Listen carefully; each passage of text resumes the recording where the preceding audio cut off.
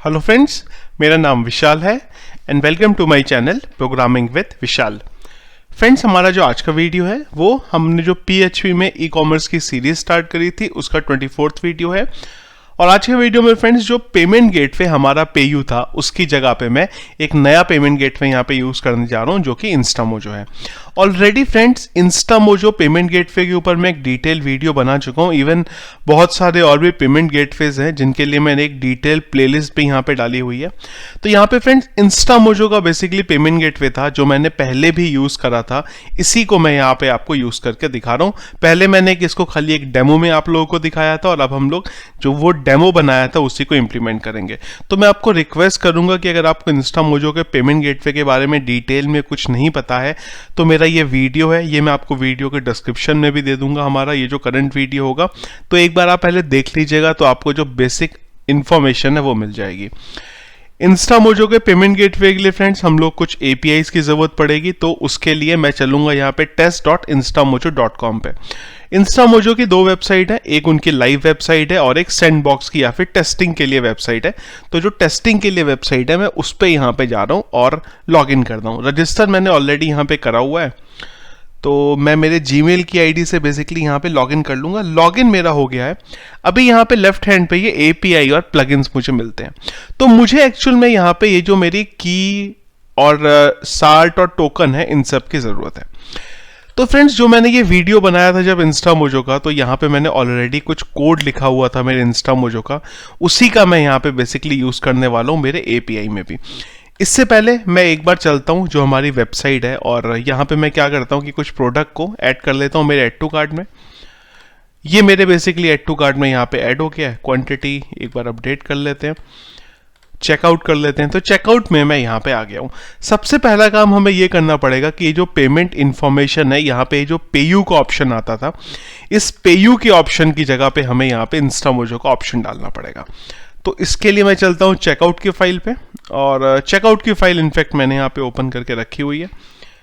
तो सबसे पहले पेयू सर्च कर लेते हैं। तो पेयू की ये कुछ जो डिटेल्स हैं वो सब मैं यहाँ से निकाल लूंगा। सबसे पहले तो मैं चलता हूँ नीचे और यहाँ पे पेमेंट टाइप पे जो मेरी वैल्यू है पेयू की, इसकी जगह पे मैं ले लूंगा इंस्टामोजो। तो मैं ये इंस्टामोजो कर लेता हूँ कॉपी, और यहाँ पे एक तो जहाँ पे हम नाम दिखा रहे थे वहां पे, और यहाँ पे मैं इसे डाल देता हूँ।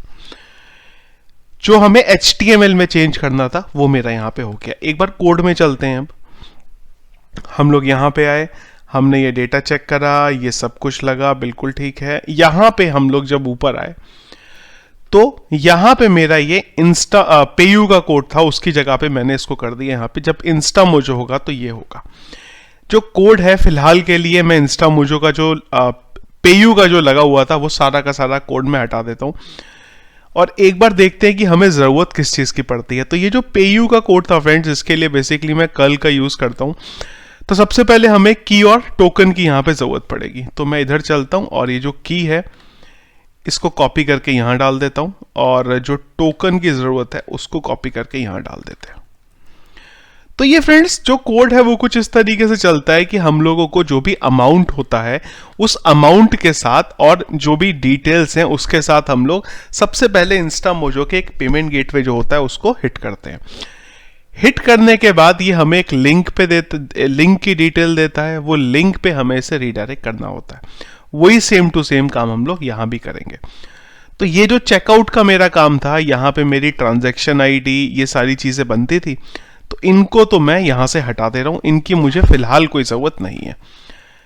तो ये टोटल प्राइस है, इसको मैं रहने देता हूं। नेम इन सब को भी मैं हटा देता हूं कि इन सब चीज़ों की मुझे कोई ज़रूरत नहीं है। तो ये जो फालतू की चीज़ें हैं जो हमारी पेयू के टाइम पे हमारी यूज़फुल थी उन सबको मैं हटा देता हूँ। ये ऐसा फॉर्म भी अब मेरा कोई बनेगा नहीं यहाँ पे, तो मैं ये फॉर्म को भी हटा देता हूँ। और ये जो कोड मेरा यहाँ से रीडायरेक्ट होता था, इस कोड को भी मैं यहाँ से हटा देता हूँ। इतना कोड अभी मेरे सामने यहाँ बचा हुआ है। अब मैं एक एक करके जो मेरा इंस्टामोजो का कोड है वो डाल लेता हूँ। वैसे अगर आप गूगल पे जाएंगे तो आपको गिटहब से भी इंस्टामोजो के ये कोड मिल जाएगा वैसे।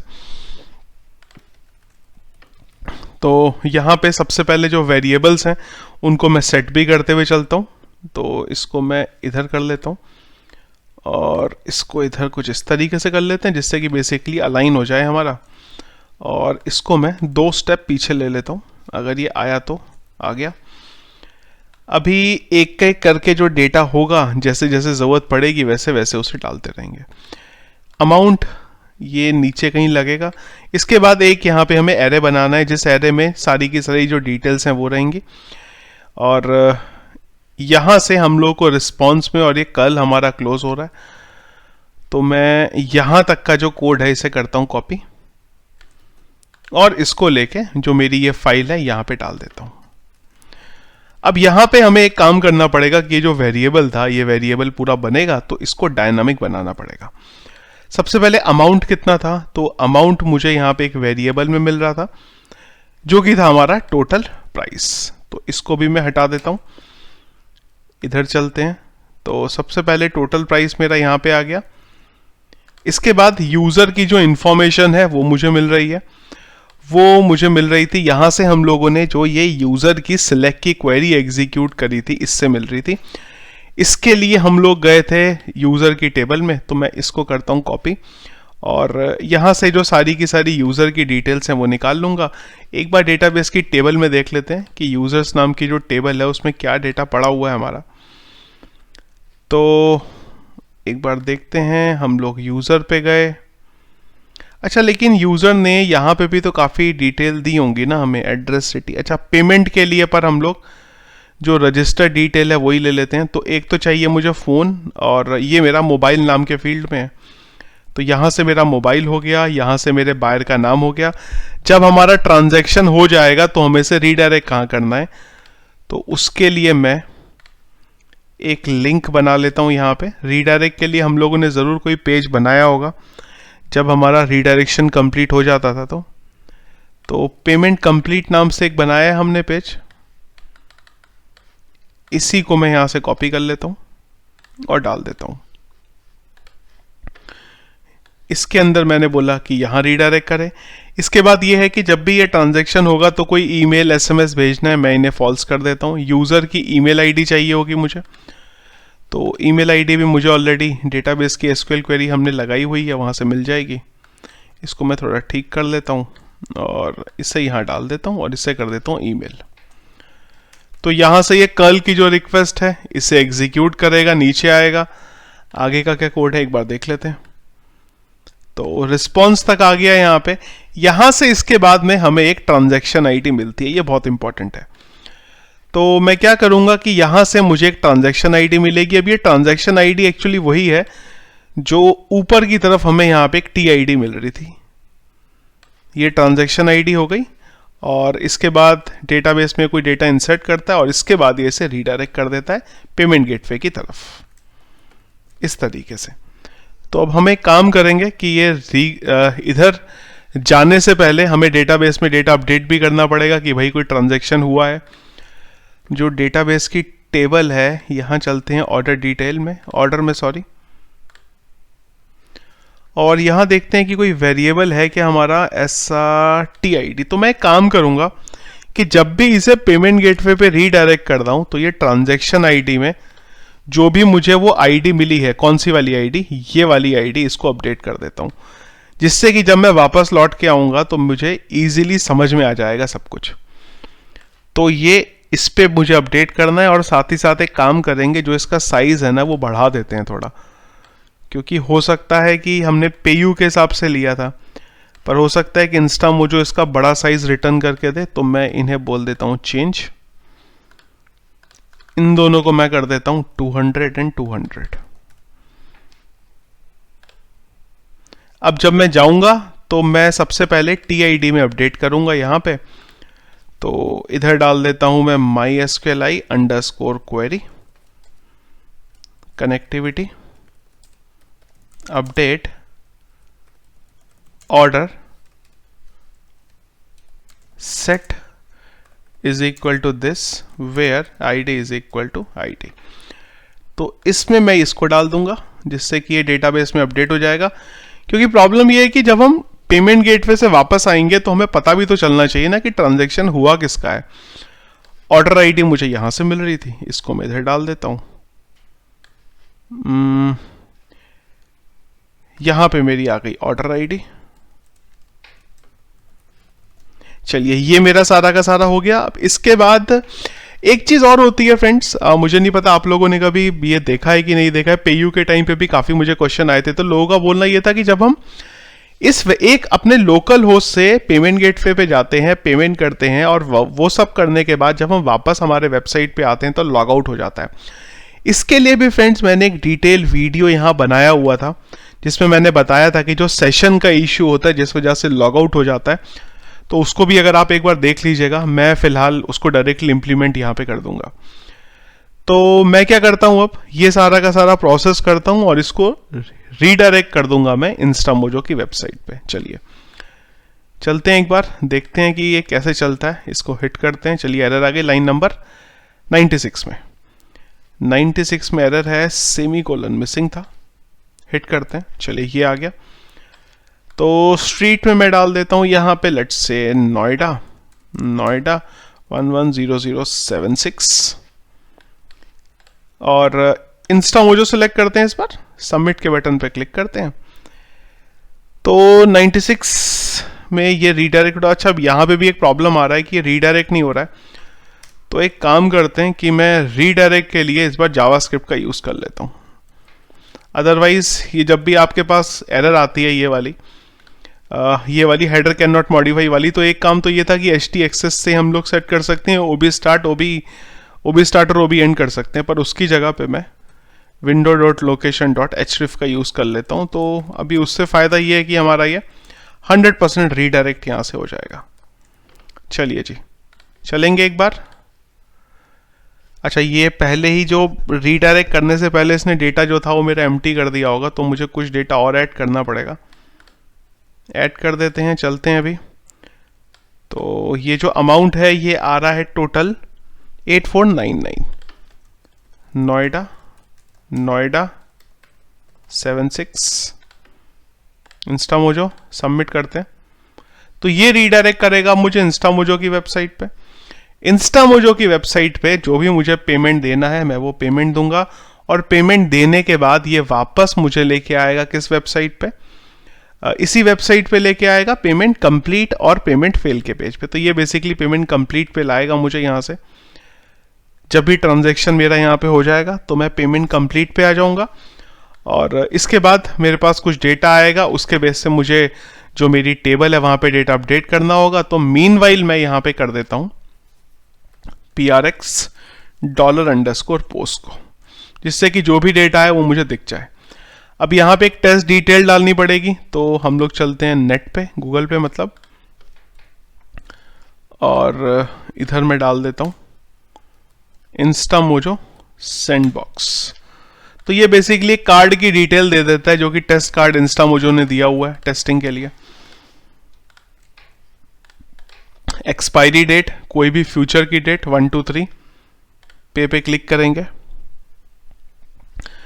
पासवर्ड पूछ रहा है 1 2 3 4 5 6 सबमिट। और ये क्या हो गया, the information submit is not secure send anyway. Actually क्या दिक्कत है कि मैं लोकल होस्ट पे जो इन्फॉर्मेशन है वो भेज रहा हूँ, तो ये बोल रहा है कि भाई वो सिक्योर नहीं है। एक बार मैं देख लेता हूँ कि सैंडबॉक्स में पासवर्ड क्या है।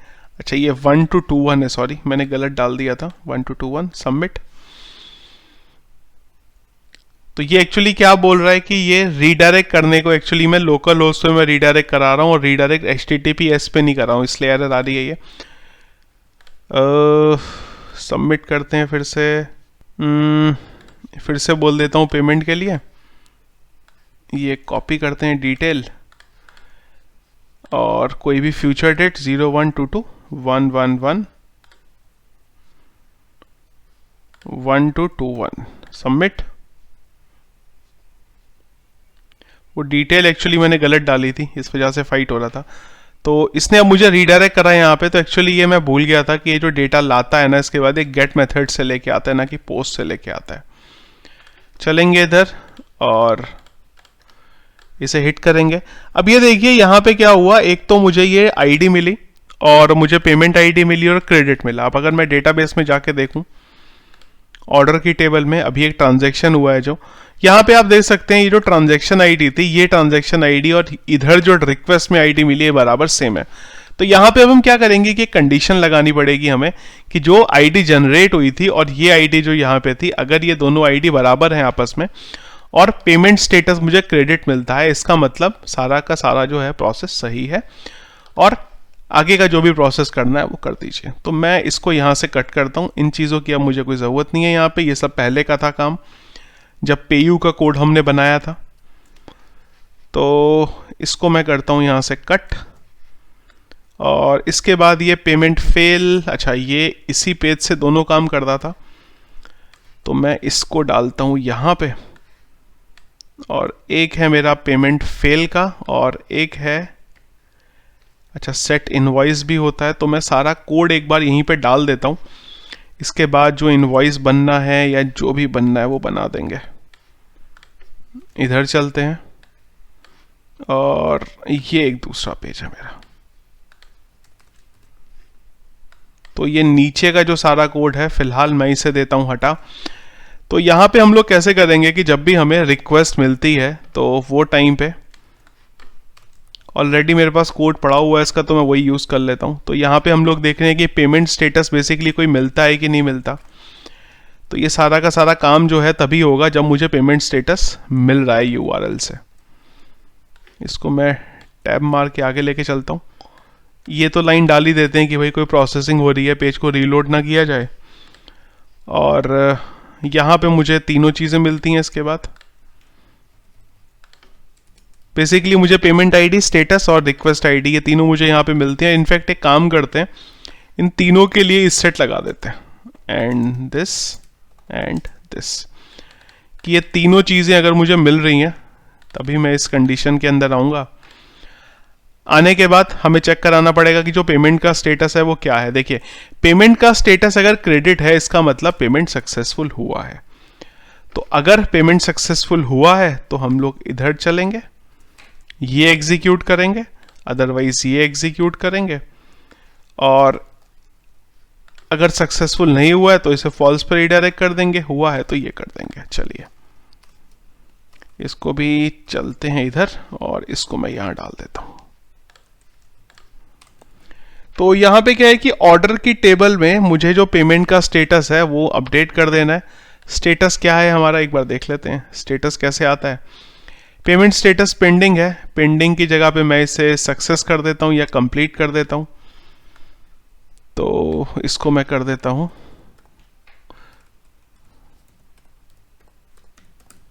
कंप्लीट, और ट्रांजैक्शन आईडी के बेस पे हो रहा है ये। और ट्रांजैक्शन आईडी मुझे कहाँ से मिल रही है, यहाँ से मिल रही है। इसी के साथ साथ मुझे एक पेमेंट आईडी होगी, वो भी यहाँ पे अपडेट करनी पड़ेगी, तो मेरी वो भी हो गई। इसी को मैं कॉपी करता हूँ और इसी एसक्यूएल क्वेरी को मैं यहाँ डाल देता हूँ, बस यहाँ पे डाल देता हूँ फेल। और ऑर्डर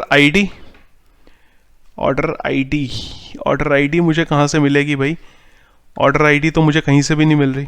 तो मैं एक काम करूँगा यहाँ पे कि ऑर्डर आईडी के लिए मुझे ये यूज़र की जो आईडी है ना, ये जो मुझे बेसिकली ट्रांजैक्शन आईडी मिल रही है, यहाँ से मुझे इसकी ऑर्डर आईडी निकालनी पड़ेगी। क्यों? क्योंकि यहाँ पे मुझे ऑर्डर आईडी पे भेजना पड़ता है इसे।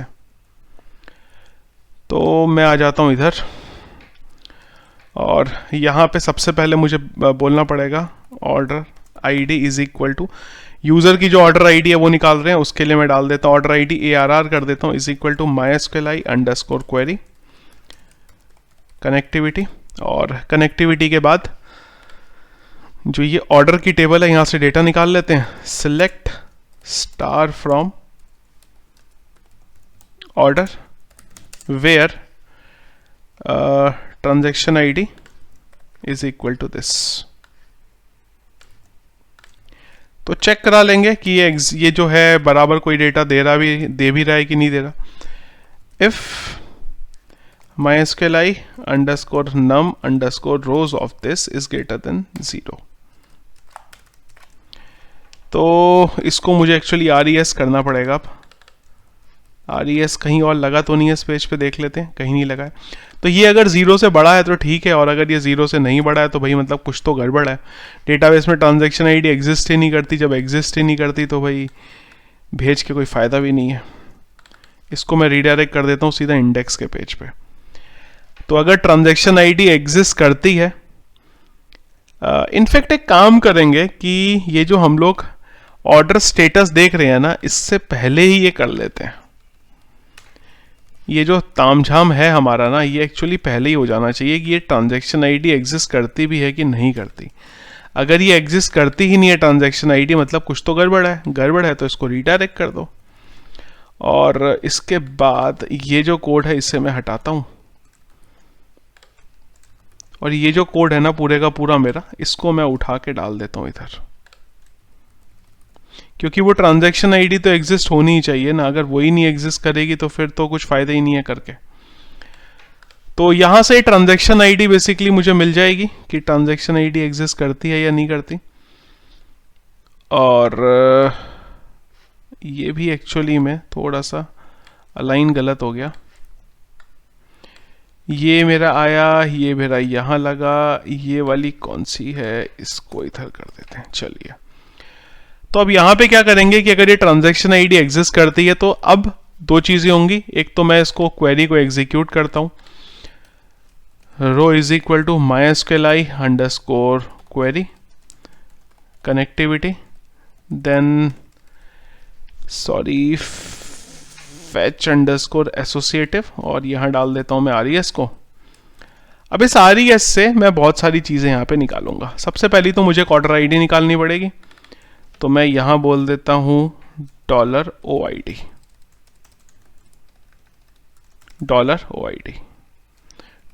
$OID is equal to row का जो आईडी है वो। तो यहां से तो ये हो गया मेरा। अब इसके बाद अगली चीज क्या आती है, वो सेशन पे आ जाते हैं। वो बहुत इंपॉर्टेंट पॉइंट है, क्योंकि बहुत सारे लोगों के साथ क्या होता है कि जब वो लॉगिन करते हैं, लॉगिन करने के बाद जब पेमेंट गेटवे पे जाते हैं और जब पेमेंट गेटवे से वापस आते हैं तो उनको लॉग आउट मिलता है। तो मैं क्या करूंगा, फोर्सफुली यूजर को यहां पे लॉगिन करा दूंगा। उसके लिए मुझे एक बार चलना पड़ेगा लॉगिन की टेबल में, लॉगिन सबमिट पे इनफैक्ट, और जो जो सेशन मेरे यहां पे बन रहे हैं, ये 3 सेशन मेरे यहां पे बन रहे हैं, इन 3 सेशन की मुझे जरूरत है। तो मैं यहां पे ये 3 सेशन डाल देता हूं। यूजर का आईडी क्या है, यूजर का आईडी बेसिकली ये है। और एक काम करते हैं कि यूजर के आईडी के बेस पे एक ज्वाइन ही मार लेते हैं यहां पे, जिससे कि यूजर की इंफॉर्मेशन मुझे मिल जाएगी, क्योंकि उसका नाम भी मुझे चाहिए। तो मैं यहां बोल देता हूं कि this dot star comma users dot name from this comma users where this dot this is equal to this and this dot user id is equal to users dot id। तो यहां से जो पर्टिकुलर यूजर है उसका जो नाम है मुझे वो भी मिल जाएगा। और इसके बाद जो भी मुझे प्रोसेस करना है। तो यहाँ पे मैं क्या कर रहा हूँ कि फोर्सफुली वो जो यूजर है उसको यहाँ पे लॉग इन करा ले रहा हूँ। तो आई गेस जो कहानी है मेरी यहाँ पे कंप्लीट चलेगी बराबर। बाकी एक बार देखते हैं हिट करके। तो हम यहाँ पे आए, रीलोड करता हूँ मैं, लाइन नंबर 24 पे एरर आ गई है। चलिए जी 24 पे देखते हैं क्या किया है हमने। अच्छा, ये जावास्क्रिप्ट का कोड है, तो मैं इसे बंद करता हूँ और यहां डालता हूं स्क्रिप्ट टैग SCRIPT। इसको यहां डाल देते हैं, इसको कॉपी करके यहां भी ये सेम टू सेम कोड में डाल देता हूं और इसको हटा देते हैं। चलिए जी एक बार करते हैं रीलोड। लाइन नंबर 39 में आ गया। अच्छा, वहां पे भी जावास्क्रिप्ट का ही एरर होगा बिल्कुल। इंडेक्स पे कर देते हैं, इसको थोड़ा सा अलाइन करते हैं और इसे हटा देते हैं। चलिए, अभी 45 पे कुछ कह रहा है ये। तो ब्रैकेट्स जो हैं मेरे, ये शायद बंद हुए नहीं है प्रॉपर। चलिए रीलोड करेंगे तो यहां पे आ गया कि transaction is in process. Line number 11 में एरर है अभी। लाइन नंबर 11 में RES हमने बोला सिलेक्ट, इसको करते हैं कॉपी। अभी एक चीज देखिएगा, क्योंकि बहुत लोगों के इशू आते हैं कि यहाँ पे SQL क्वेरी में एरर आ रहा है। तो देखिए, सबसे आसान तरीका है कि जब भी आपकी SQL क्वेरी में एरर आए, ये वैसे तो इक्वल टू की वजह से था, नहीं तो क्या था कि एसक्यूएल क्वेरी को इको करिए और जो आउटपुट आए उससे अपने PHP माई एडमिन में रन कर दीजिए। चलिए हिट करते हैं, और आई गेस ट्रांजैक्शन प्रोसेस सब कुछ ठीक चला है और मेरा जो PDF है वो वहाँ पे बना होगा। एक बार पेमेंट गेटवे पे बराबर है, एक बार चलते हैं ऑर्डर की टेबल पे। कंप्लीट देखिए आ गया, और ये मेरी जो डिटेल थी यहाँ पे आ गया, पेमेंट आईडी भी मेरी आ गई है, और यूजर देखिए लॉगिन भी है। ऑर्डर पे अगर गया तो जो ऑर्डर था मेरा प्लेस हुआ था वो भी आ गया, इधर आया तो इसने जो मेरे ऑर्डर की डिटेल है जो भी इसे दिखानी है यहाँ पे वो भी इसने यहाँ पे दिखा दी है। पेमेंट गेटवे पे अगर मैं आऊँ डैशबोर्ड पे तो हिट करते हैं एक बार। ये कोई पुराने ऑर्डर थे, ये एक्चुअली इन्होंने जो गेटवे है मैंने वो दे दिया हुआ था, एक्चुअली किसी कोड में अपलोड करा था तो ये किसी ने टेस्ट करा था। तो ये देखिए जो ऑर्डर प्लेस हुआ था वो यहाँ पे भी आ गया है। अब अगर आपका ऑर्डर पे पेमेंट गेटवे पे जाने के बाद आप वापस आए और आपका सेशन खत्म भी हो गया, तो ये वाला जो कोड है ये क्या करेगा, वो यूजर को फोर्सफुली फिर से सिस्टम के अंदर लॉग इन करा देगा।